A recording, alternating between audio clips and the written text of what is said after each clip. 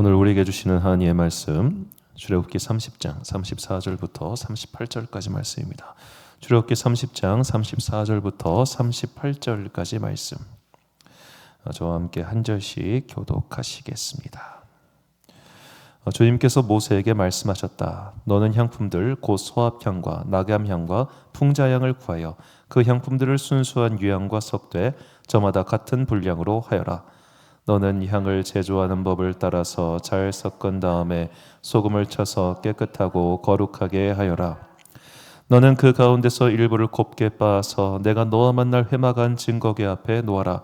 이것은 너희에게 가장 거룩한 것이다. 내가 만들 유향은 주의 것이며 너희가 사사로이 쓰려고 같은 방법으로 그것을 만들어서는 안 된다. 함께 읽습니다. 그 냄새를 즐기려고 이와 같은 것을 만드는 사람은 누구든지 그 백성에게서 끊어질 것이다. 아멘. 새롭게 태어나는 기도라는 제목으로 하나님의 말씀 선포하겠습니다. 지금 이제 교회의 달력을 내년도 거 달력을 이제 오늘자로 다 만들었습니다. 달력을 만들 때마다 이제 그 디자인 업체랑 1차 시안, 2차 시안 막 왔다 갔다 하면서 오탈자 검색하고 매번 그렇게 하는 일을 이제 했는데요. 이제 몇 번째죠? 여섯 번째 달력. 많이 만들었다. 뭐 돈 아까워라. 그래서 달력을 이렇게 매번 만드는데 이제 뭐 기억들 하신 분 계시겠지만 여기 이제 처음 왔었을 때 2025년도 달력은 너무 많이 인쇄를 해버렸어요. 전에 쌍용동에 있을 때는 그래도 기독교 백화점이 있다 보니까 그 앞에 두면 누가 가져가신 분이 많은데 여기는 심지어 당근에도 올려놨어요. 가져가라고. 그러니까 10개 정도 가져가던데 여하튼 이제 그렇게 달력을 계속 만들고 있습니다. 올해는 딱 100부만 해가지고 소규모로.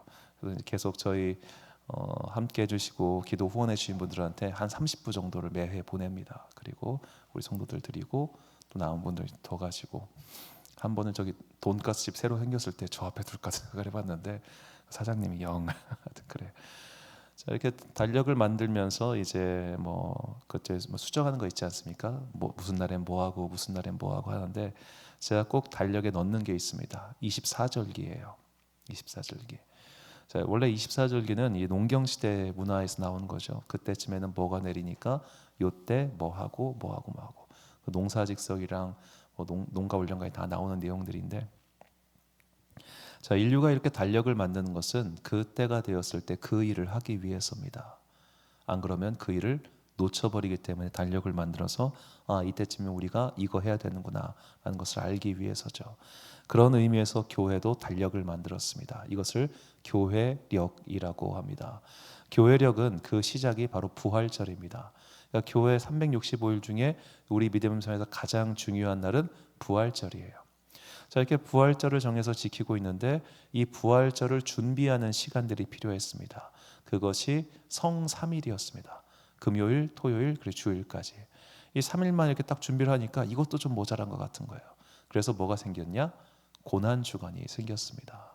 고난주간이 생기고 나니까 기왕지사 이렇게 된 거 우리가 40일 동안, 주일을 제외한 40일 동안 그리스도의 고난과 죽음과 부활을 묵상하며 부활절을 온전히 기다리자라는 의견이 생겨서 사순절이 생겨납니다. 성탄절은 정말 맨 나중에 가장 늦게 생긴 거예요. 자, 이렇게 성경에 나온 사건들을 기반으로 해서 교회의 달력이 만들어졌습니다. 그런 교회의 달력의 시작이 언제냐면 바로 예수 그리스도의 오심을 기다리는 대림절입니다. 올해는 11월 30일부터가 교회의 달력으로 첫 번째 주일이 됩니다. 자, 교회의 달력은 아까 말씀드린 것처럼 예수 그리스도의 부활을 중심으로 이렇게 쭉 펼쳐져 있습니다. 그리고 교회의 달력을 따라가면 그리스도의 생애를 우리가 깨달을 수 있게 만들어 놨죠. 자, 그래서 이제 이번 주와 다음 주까지가 교회 달력으로 2025년이기 때문에 금요 기도회를 이제 12월부터는 좀 다른 주제로 설교를 하려고 합니다. 제가 굳이 번호를 말씀드리지 않았는데 오늘로써 이제 금향로 기도가 26번째입니다. 금향로 기도는 이제 성막에 제단 앞에 그 주님께 드린 향기로운 향로를 드리는데 그 향로에 들어가는 세 가지 그 용품들이 있습니다. 그 용품들의 의미를 설명드렸고 그 용품들의 의미에 따라서 우리가 믿음 생활 이렇게 하자라고 말씀을 드렸죠.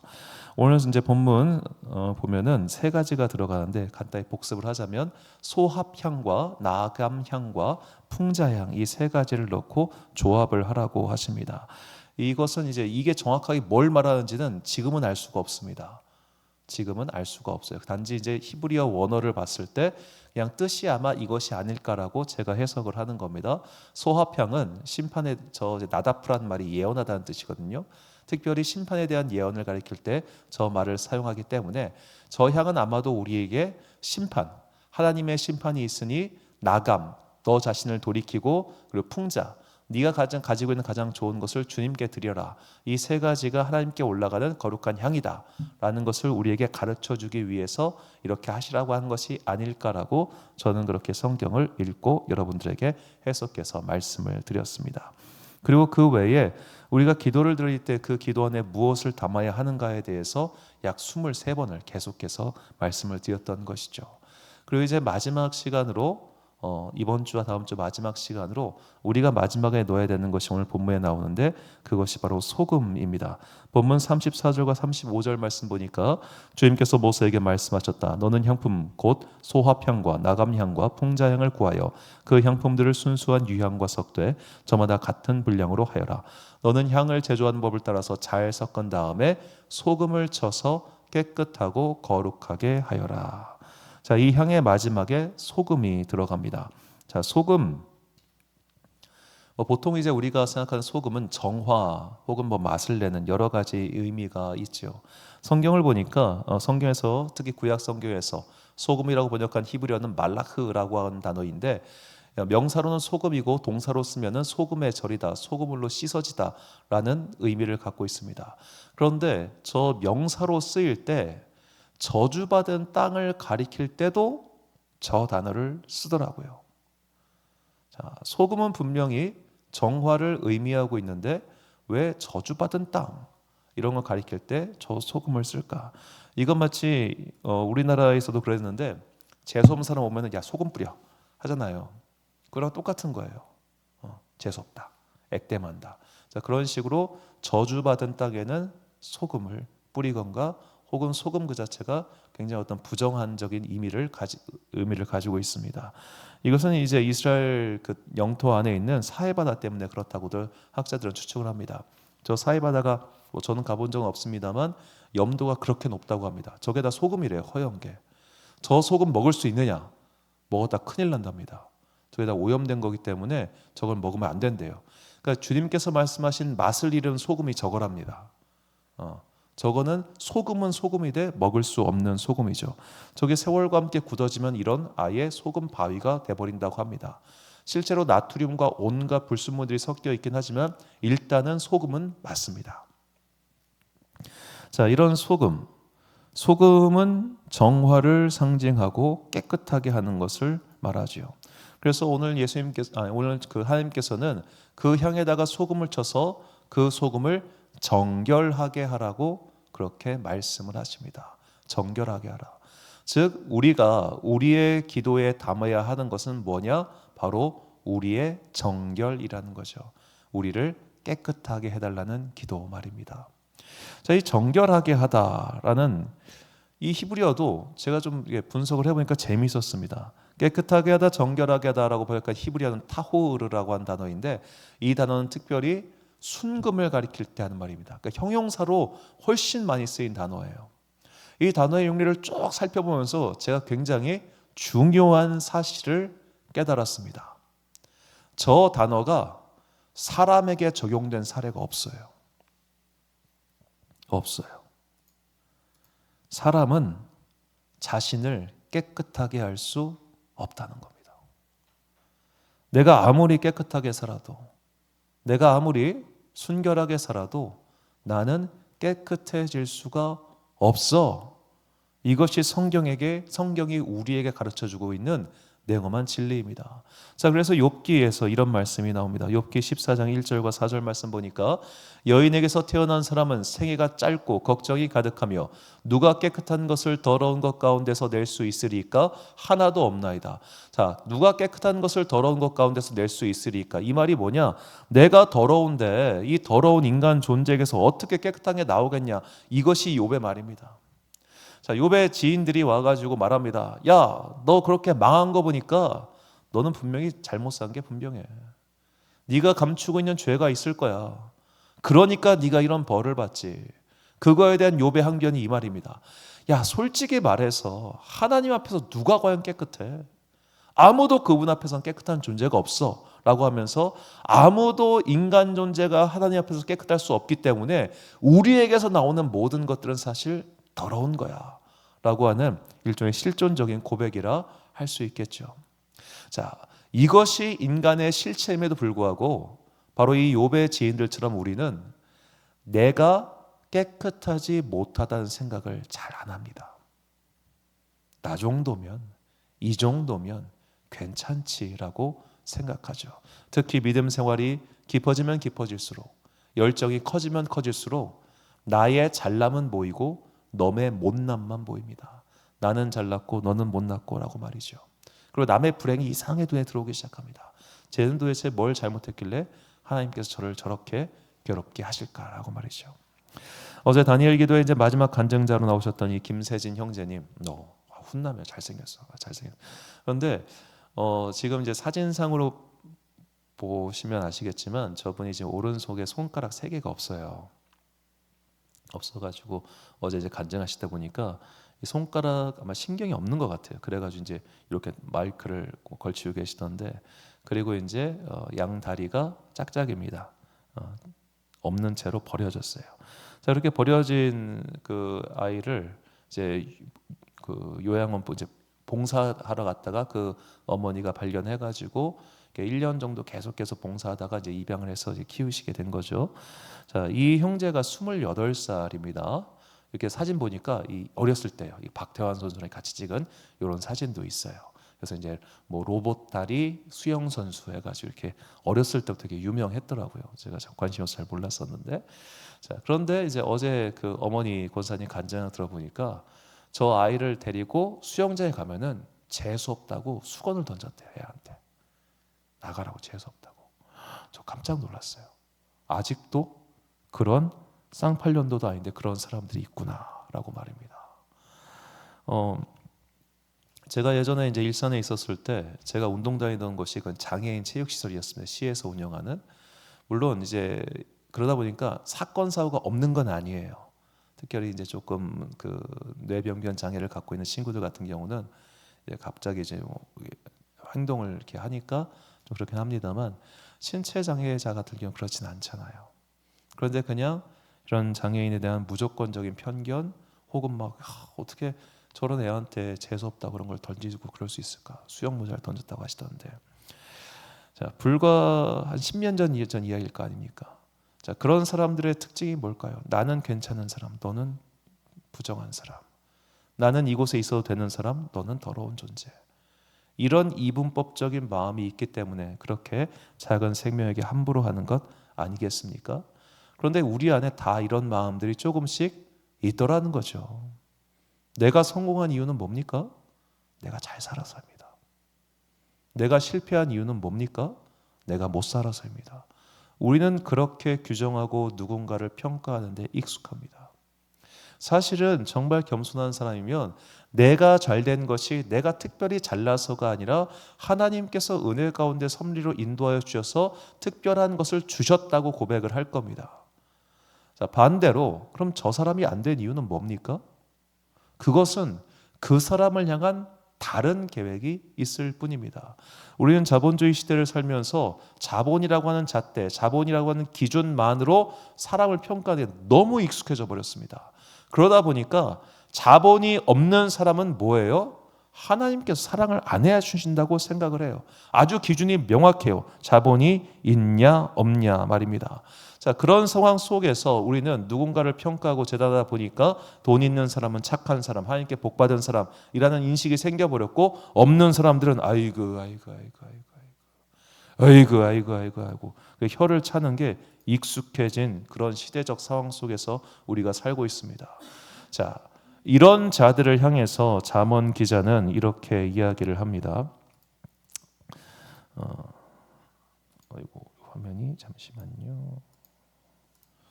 자, 잠언 30장 12절 말씀 보니까 스스로 깨끗한 자로 여기면서도 자기의 더러운 것을 씻지 아니하는 무리가 있느니라.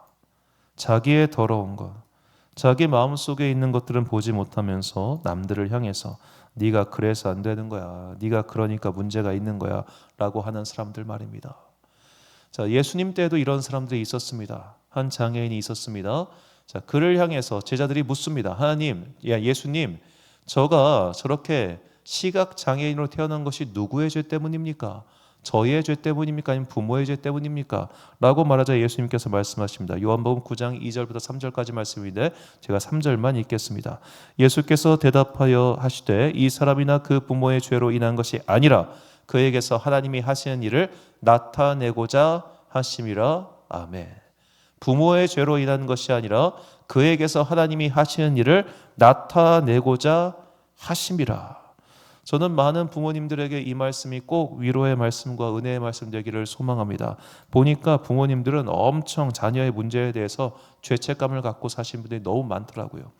예전에 저희 이제 교회에 있었을 전도사 때 그 장애인 부서를 담당하고 있었던 그 목사님한테 이런 질문을 한 적이 있습니다. 목사님, 제가 참 궁금해요. 왜 장애의 자녀를 둔 그 가정은 한결같이 가난할까요? 이상하게 가난한 집이 많은 거예요. 자, 그때 그분이 너무나 명쾌하게 답을 해줬어요. 영양 부족 때문에 그래요. 임신 상태에서 영양이 부족하고 엄마가 그 남편의 벌이로 충분하지 못하니까 그 시간에 일을 해야 되잖아요. 그러니까 이 태아가 영양을 충분히 공급받지 못하고 쉬지 못하니까 애가 이 안에서 기형을 일으킬 확률이 높아지는 거예요. 단순한 문제라고 하시더라고요. 그래요. 자, 그러다 보니까 그렇게 아이가 출산했을 때 건강하지 못한 분들은 진짜 어마어마한 죄책감을 갖고 살아요. 엄마가 죄인이라고, 아빠가 죄인이라고. 그래서 끊임없이 스스로를 자책하는 모습을 쭉 봤습니다. 자, 그런데 예수님께서는 분명히 말씀하십니다. 그것이 설령 과학적인 설명이 될 수 있을지는 몰라도 그것은 믿음의 설명이 아니라고 말이죠. 우리가 각자의 삶 가운데 여러 가지 환난을 만날 수 있습니다. 어려움을 겪을 수 있습니다.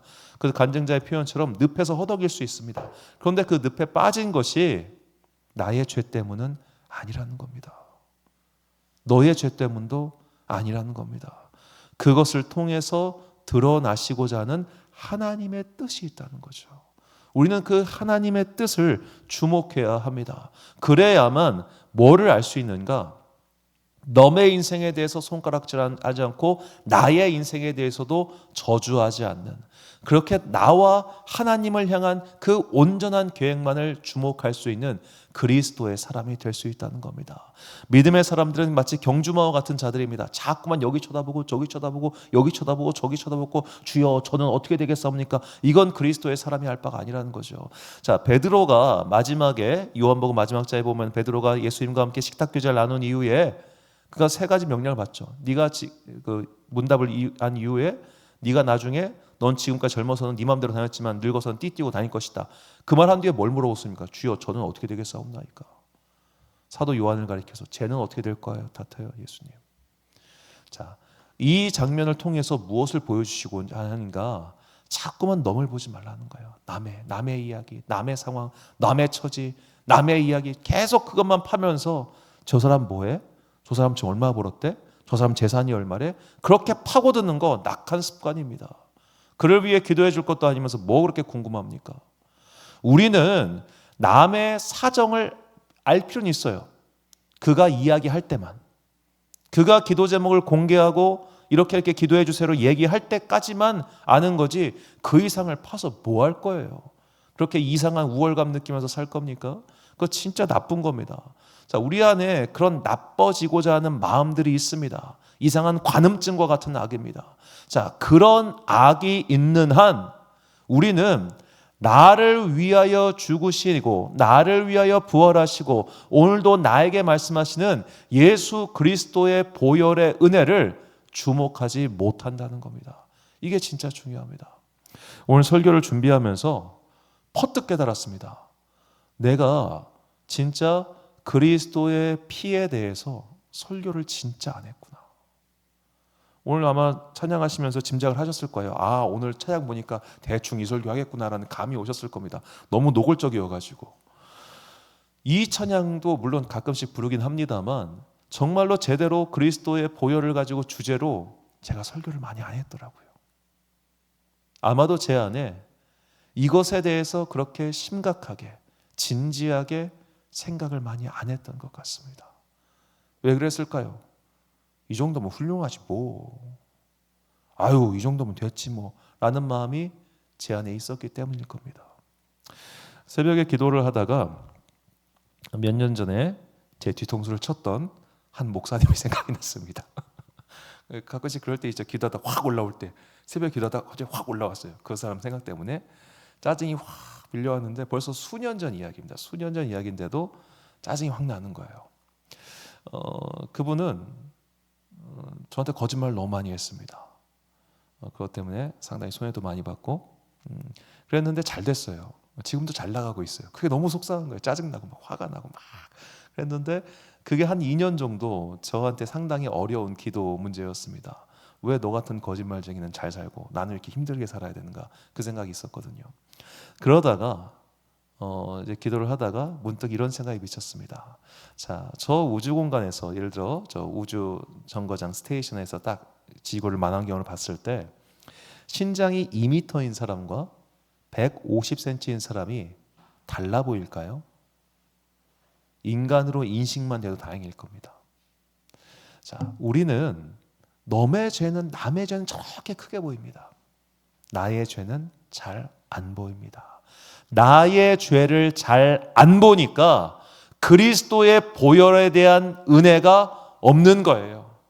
내 죄가 안 보이니까, 나의 현실이 보이지 않으니까, 나의 이 상태가 보이지 않으니까 그리스도의 피, 그리스도의 보혈, 예수 그리스도의 구원 이야기가 너의 이야기처럼 들립니다. 지금 나에게 필요한 것은 위로의 말씀이에요. 지금 나에게 필요한 것은 축복의 말씀이에요. 지금 나에게 필요한 것은 이런저런 삶의 현실에 대한 문제를 해결할 수 있는 그런 말씀이라고 저도 생각하고 있습니다. 저도 제 마음속에 항상 금요일 8시 50분까지 일하고 헐레벌떡 와가지고 기도하는 당신들이 얼마나 피곤할까. 저도 그 생각 매일 합니다. 그냥 불과 1시간 전까지 샤빠빠 하고 와가지고 거기서 주여 하는 그 마음이 얼마나 힘들까. 저도 항상 생각합니다. 그러니까 힘내세요, 힘을 내세요, 힘을 내세요. 맨날 그러기만 했죠. 힘이 내야죠. 그것도 물론 필요합니다만 문득 그것만 너무 하고 있더라고요. 1년 내내 그냥 그것만. 가장 중요한 믿음의 본질인 예수 그리스도 보혈의 은혜, 그 은혜가 죄에 물든 나를 새롭게 씻어주셨고 그리하여 새로운 삶으로 인도해 주셨고 그 새로운 삶 가운데 내가 거하고 있다는 것을 나는 과연 믿고 있는가? 그것을 자각하며 살고 있는가? 내가 그것을 정말로 자각하고 살고 있다면 우리의 시선은 더 이상 너의 이야기, 남이 받은 이야기 그런 것이 아니라 오늘 나에게 주신 은혜, 오늘 나에게 원하시는 복음의 삶, 오늘 나에게 가라고 하시는 그 하나님의 예비하신 길, 그것에 주목하게 될 것입니다. 하나님께서 예수 그리스도의 생명의 피를 통하여 우리를 구원하신 이유를 요한계시록은 이렇게 설명합니다. 요한계시록 1장 5절 하반절부터 6절까지 말씀인데, 우리를 사랑하사 그의 피로 우리 죄에서 우리를 해방하시고 그의 아버지 하나님을 위하여 우리를 나라와 제사장으로 삼으신 그에게 영광과 능력이 세세토록 있기를 원하노라. 아멘. 그의 피로 우리 죄에서 우리를 해방하시고 우리를 나라와 제사장으로 삼으신 하나님, 우리 한 사람 한 사람이 하나님의 나라이며 한 사람 한 사람이 하나님의 제사장이라고 하십니다. 하나님의 뜻을 깨닫고 하나님의 마음으로 이 땅 가운데 살아가며 하나님의 마음으로 주변을 사랑하는, 그를 위하여 기도하는 제사장의 사명을 우리 각 사람이 받고 있다는 겁니다. 이것을 위하여 그리스도께서 피 흘려 죽으셨고 우리에게 새로운 삶을 주기 위하여 그분께서 십자가에 달려 돌아가신 것이죠. 이 기독교의 기본 진리, 그러나 우리가 항상 가지고 품어야 할 이 십자가의 사랑, 이것이 우리의 가슴 속에 흐려지서는 안 되는 겁니다. 이것이 흐릿해지면 아까 제가 했던 것처럼 저 인간 옛상처 올라오고 저 인간 막 미워하게 되고 계속 거기다 다람쥐 쳇바퀴 같은 인생의 틀에서 벗어나지를 못하는 거죠. 그래서 믿음의 출발점, 그 기본으로 돌아가야 됩니다. 성경은 이 기본을 가리켜 뭐라고 말하냐? 거듭남이라고 말합니다. 거듭남. 다시 태어나는 거라고.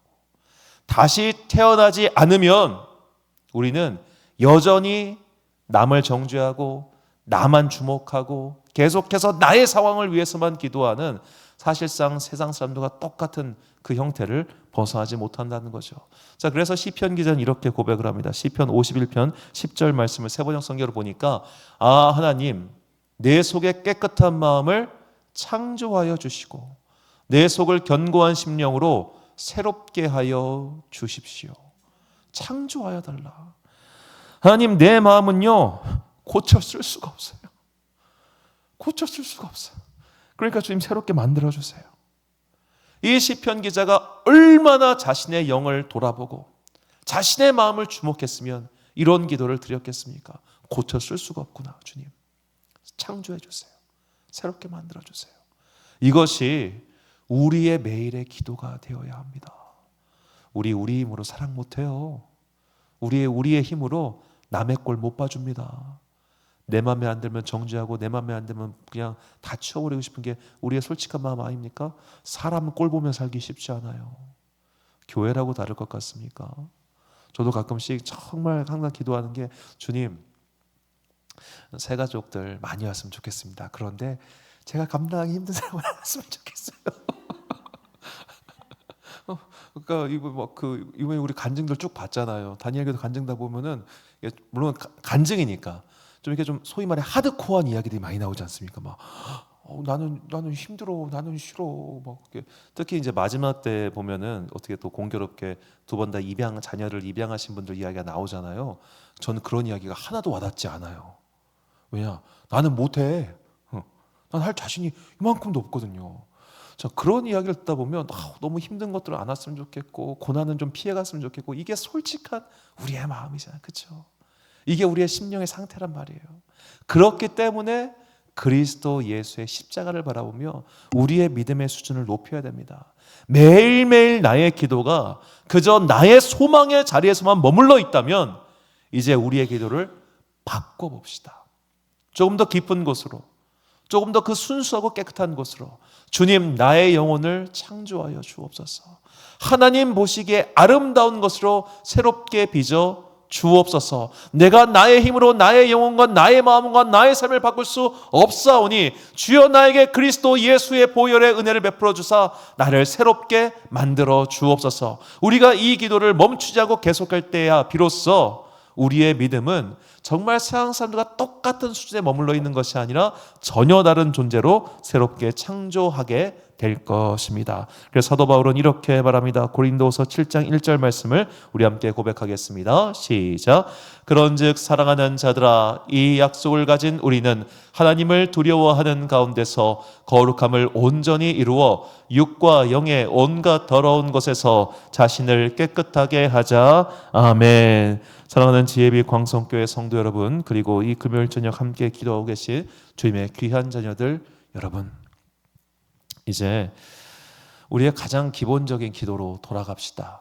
그리스도의 구속의 은혜, 그리스도의 대속의 은혜, 그리스도의 피로 말미암아 죄인인 내가 그 죄인의 상태에서 벗어나 하나님의 양자로 회복되었다는 그 은혜, 정말로 우리가 수도 없이 들었던 그 교리적인 설명이 오늘 내 삶 가운데 진정한 우리의 믿음의 고백이 될 때까지 포기하지 않고 기도함으로 말미암아 내 영혼을 새롭게 창조하는 그 은혜를 체험하는 그런 여러분과 제가 되시기를 주의 이름으로 축원합니다. 우리 함께 주의 손에 나의 손을 포개고 찬양 올리신 후에 함께 기도하겠습니다.